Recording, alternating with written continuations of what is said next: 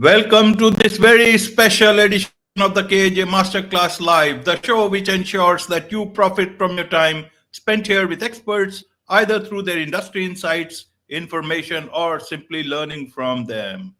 And today we have Pazbi Zavatzki. He's an entrepreneur, founder of Kickass Online Ltd, digital solutions agency specializing in website development, branding, AI, and traffic generation. And he is very passionate about helping SMEs elevate their online presence to drive growth and sales. Welcome to the show, Pazbi. Hi, everyone. Thanks for having me. Welcome. Welcome to the show. Welcome to India in this online form, Pazbi. And I'm sure not just in India, but a lot of people across the globe will benefit from what we are going to talk right now. We'll talk about how one can master digital growth strategy, especially for SMEs. We'll talk in that. But before that, Pazbi, let's understand a bit more about you, about your journey, about your background, so that listeners know a bit more about who they are listening to. Sure thing. Thank you. So, my name is Pazbi. I've been in digital marketing for about 12 years now. I started my first business in 2014 after freelancing for a little bit. And I went, took the plunge to set up my own business. And since then, I've helped over 300 businesses to increase their turnovers, to increase their brand awareness, to grow their businesses and reach their goals. Just earlier this year, I set up Kickass Online with a bigger focus on AI technology, AI-assisted digital marketing, and just really nailing the web development, aspect of marketing. And so that's me in a nutshell. Absolutely, Pazbi. So you are focusing a lot on SMEs. Why SMEs? Tell us a bit about that. Why not go for bigger businesses and you will get a lot of money? Yeah, well, I think SMEs are the backbone of the community. They're the backbone of the economy. I think over 80% of the economy is supported by small to medium-sized businesses. If we think about how many people they support it just in your local community, all those high street shops, those people are the ones who need good marketing to survive, and when I'm working with them, I'm working with usually the founder or the owner of the business, or sometimes it's a family business that's been running for 2-3 generations, and the current conditions of the society are having an impact, and I'm able to really help them and make sure that their business survives and thrives. And I feel like that's a better use of my time than helping an enterprise that's already making tens or hundreds of millions to make 5-6% more. It doesn't really affect the local people that I see every day. So I'm more interested in helping, people on the ground, people survive and have good lives and make an impact on their lives like that, rather than improve the bottom line of a really big company that ultimately is just going to fire 10,000 people as soon as they have an issue. So yeah, that's why I'm focused on SMEs.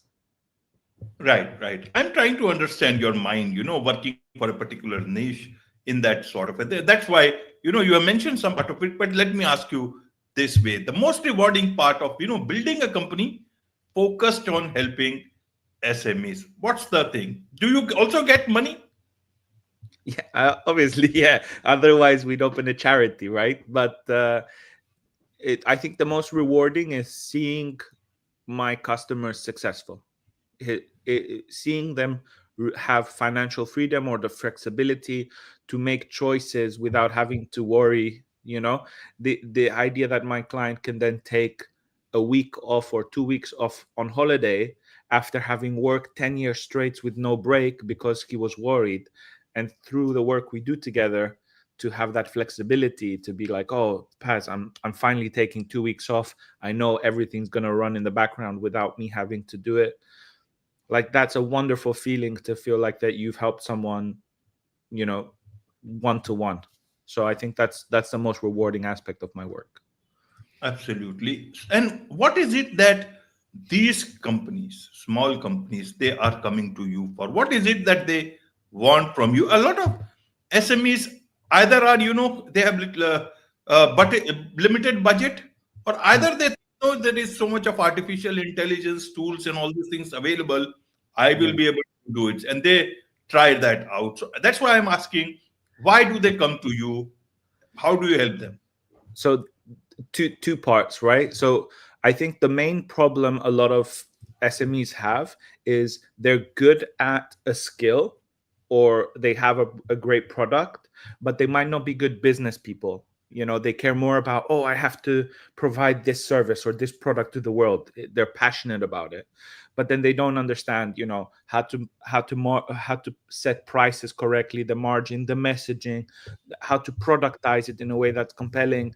And so it ends up being, when they come to us for a website and we ask them, okay, what is the purpose of the website? What is your goal? What is your targets?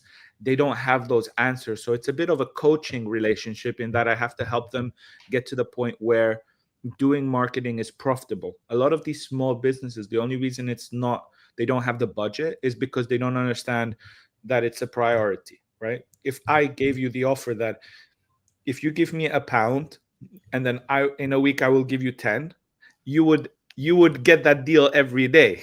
you know so it's the same concept with marketing, with these companies. I say, okay, give me 1,000 so I can generate for you 10,000, and then it pays for itself. So it's initially just that first leap of faith to get started, and then it pays for itself, and then they can grow more comfortably. And when you mentioned about the I think with AI, yes, you can do a lot of stuff with it, but a lot of businesses, a lot of business owners, they don't know what is possible. And it's the situation when you go to a restaurant and you have this 5 pages menu, and they come 2 minutes later and they say, what do you want? And you're like, I don't know, there's I'm still reading, there's so much. So what I'm able to do is, I've already done the reading. I'm writing the menus. I'm writing the prompt templates for people. So when somebody comes with a specific problem, we don't have to waste time trying to engineer a solution. I can just apply the knowledge I already have and help them quickly. So if they want to do it themselves, I'm happy to provide them the tools that I've created. Um, and if they want more of a handhold approach where I work with them, then they can do that as well. Absolutely, absolutely, Pazbi. Let's understand what are the things that they might be. Some of the things, top two, three things that these SMEs mistakes make these mistakes when it comes to their digital presence. What is it that they can do not to make those mistakes? Okay, so I think first is, you have to forget the idea that because you build something, people will come. This is a very old mentality, and it doesn't work. You can't just launch a website or launch a product and just assume you're going to have hundreds of purchases on the first day, because just in the time that we've spoken, 8 minutes now, there's probably 8,000 new websites on the market. Every minute there's 100 websites going live. So that needs to go as a mindset, and they have to understand that they have to uh, be visible. And to be visible, you can do it one way: organic, so things like SEO or social media or creating content on YouTube and stuff like that, or like this podcast, or paid, so running ads, advertisement, billboards, leaflets, something like that, to raise awareness. And so that's the first step. I think that a lot of businesses fail at. It's misunderstanding that they think that because the door is open, people will come. You have to tell them, you have to shout 24/7 for people to come. And then secondly, it's the importance of using the free tools that are available to us. Things like Google Maps. The amount of businesses that I work with who have been trading for 5-10 years, and they don't have a single Google review. you know uh, I think over 80%, maybe 90 even, of young people, if they're going to purchase something, they check the reviews first. They say, oh, is it a scam? Is it good? Is it quality?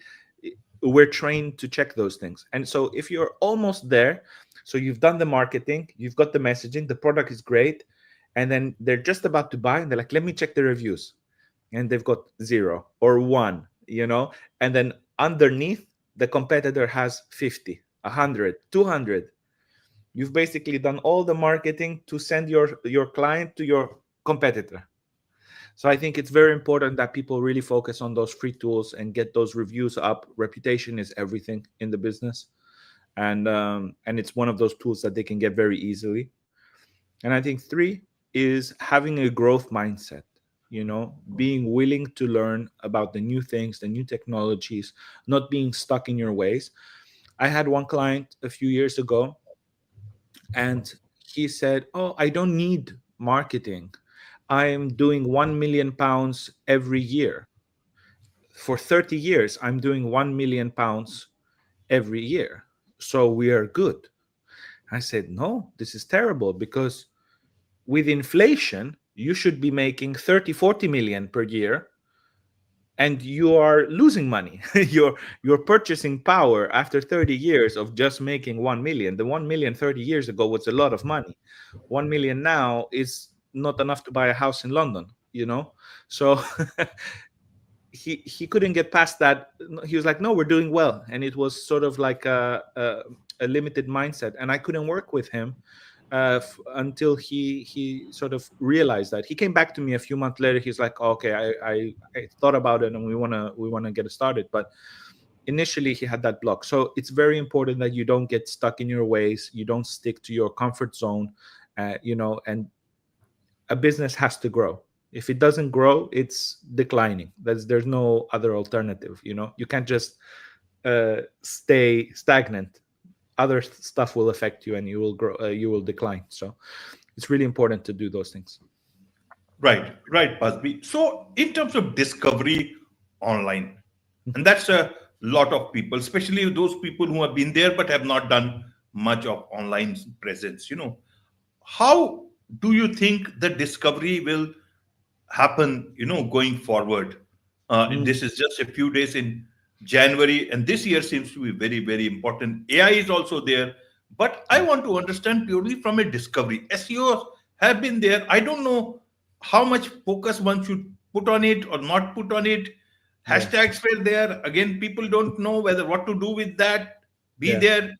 Tax have also say people are looking at it very differently. So I want to understand, especially for small businesses, how should they look at discovery? What is it, are you doing for your own company, especially if it's in Kickass Online Limited? I want to understand, especially the discovery part. I launch an online site today, e-commerce store, whatever it is, or simple website for myself. How do I ensure that it's being picked up? I will have patience, but how much patience? So tell us about that. So if it's a brand new website, you need to estimate that the SEO efforts, unless you have really good backlinks from friends and other businesses, can take about 6 months for you to start getting some good traffic. So I wanted to mention one thing you said at the beginning of the year, because the trends are changing a little bit. Google has actually declined considerably in terms of its popularity as a search engine. Now that we have Google ChatGPT has ChatGPT Search, where it's like a search engine, right? A lot of people are using that because it gives them better information, and Google is trying to compete with that by having their Gemini AI in the chat, in the Google search. But sometimes it's a bit random. It gives you some crazy ideas. So I think this is going to be the next big sort of, like SEO was, AI optimization is going to be the next big service. And so if somebody asks ChatGPT, oh, what is the best website company in London, and it says Kickass Online, that's the result that I'm hoping for, right? So, and I think a lot of people will want to be number one on the AI recommendations. So I think that's the future trend for the industry in terms of growth. Now, in terms of if you're a new business and you're looking to get visibility, to get traffic, it's two parts, right? The paid and the organic.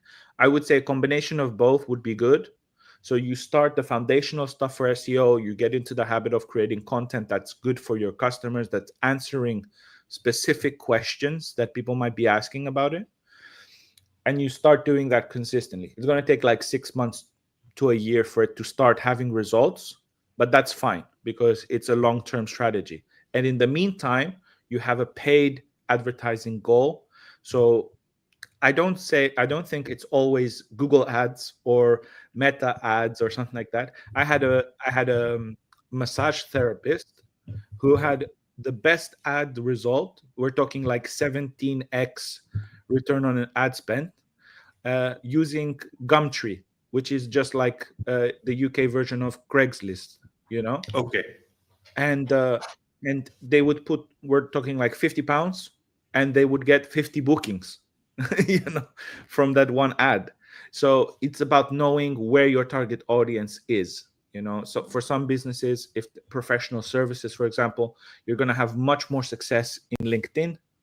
For some other things, if you've got a product, you're going to be much more successful on Instagram. And then for other stuff, maybe on Facebook or Google Ads. So knowing the right platform to put your ad spend in is really important. And then once you have some traction and you're making money again, and the ads are not costing you anything, then you can start diversifying and testing and doing a bigger campaign.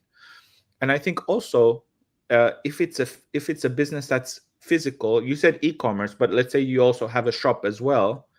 Right. Not forgetting the basics, you know, a leaflet campaign for the, you know, it's very cheap, maybe £150 for 5,000 leaflets, very targeted, local people. It's a good way of getting attention. But then you can also do free things like events on Eventbrite or Meetup and stuff like that, finding other people who are in your industry, collaborating. So there's a big variety of things that you can do, both paid and free, to generate that traction. But I think it's all about being consistent. It's about doing something every single day to help grow the business, rather than just sitting and hoping and praying that it works. and I think, yeah, doing a combination of paid and free is the best approach to start. And obviously, if you don't have the funds for the paid stuff first, if you don't have the funds, you have the time. So if you have the time, do the free stuff, more of them, you know.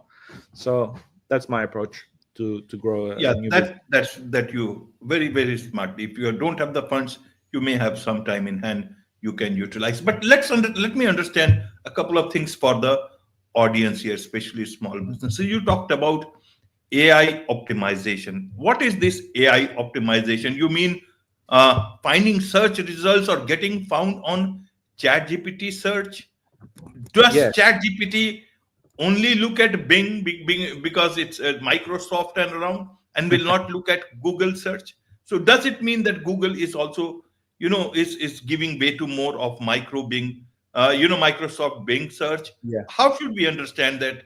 Are these two different things, AI optimization and ChatGPT search? Yeah. So it's still a combination of both. You still have to have authority and domain presence and all of those things that we talk about in SEO for it to show up on the AI searches. And when we talk about AI searches, we're not talking about just ChatGPT's browse. We're talking about also Bing AI, Google Bard, Perplexity, all of these platforms, right? But really, it comes from firstly having the sort of the foundational aspects of a good website. So the speed, it's mobile responsive, accessible, it has good schema, and schema is a bit of code that you put to give context to search engines about what the website is about, like when it was founded, if you accept different payment methods, like all the little details that you can put in. So once you get all of that, you're creating the content, you've got the right meta tags, and so you're doing the good SEO, then you can start structuring things for it to be understood by AI. So you can put some JSON in there with the schema and tell it local business or professional services or blah, blah, blah, so that the AI can pick it up and say, oh, this is context for this business. And they will prefer that to a platform that doesn't have that,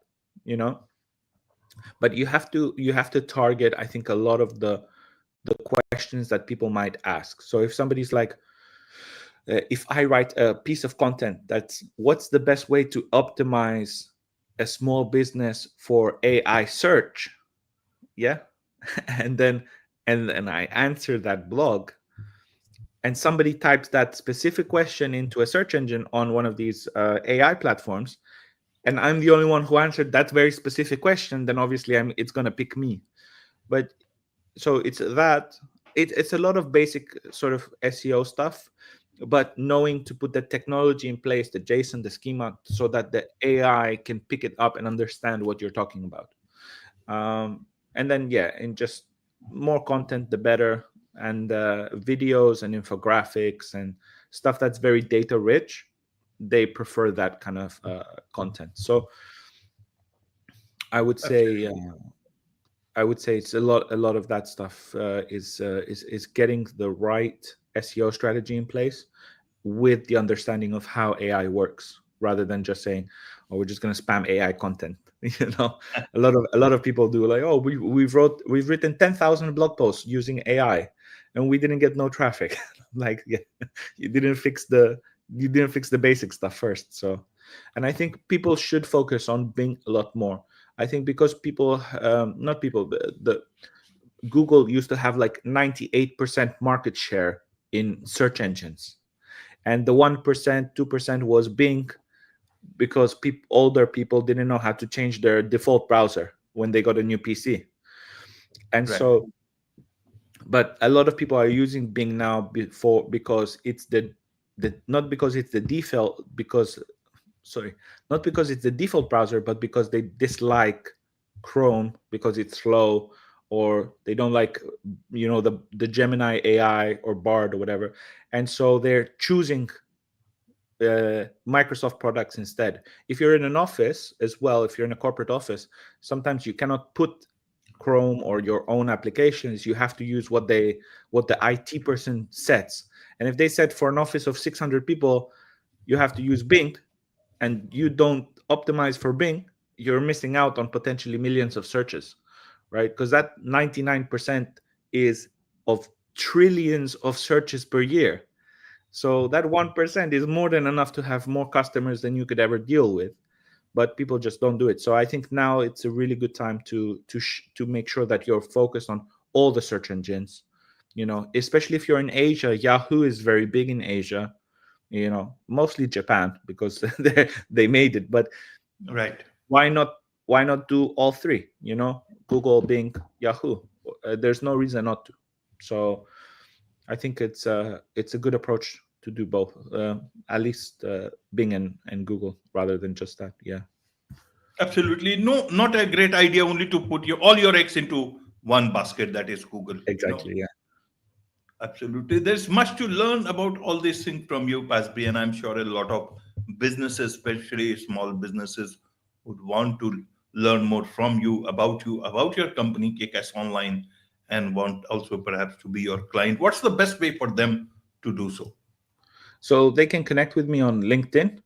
It's linkedin.com/in/Pazbi. And if anybody wants to do a discovery call with me, they can just go directly to bookacallwithpazbi.com. So that's no spaces, just bookacallwithpazbi.com. They can book a meeting, and it'll have my availability, and we can run through it, and I can give them any advice they need. And if they're a good fit for us as a customer, I'm happy to take them. But I'm happy to give any advice to people, especially SMEs looking to grow. Wonderful. With this, it's a wrap on this very special edition of the KAJ Masterclass Live. Thank you so much indeed for joining us. Thank you, everyone. Bye-bye.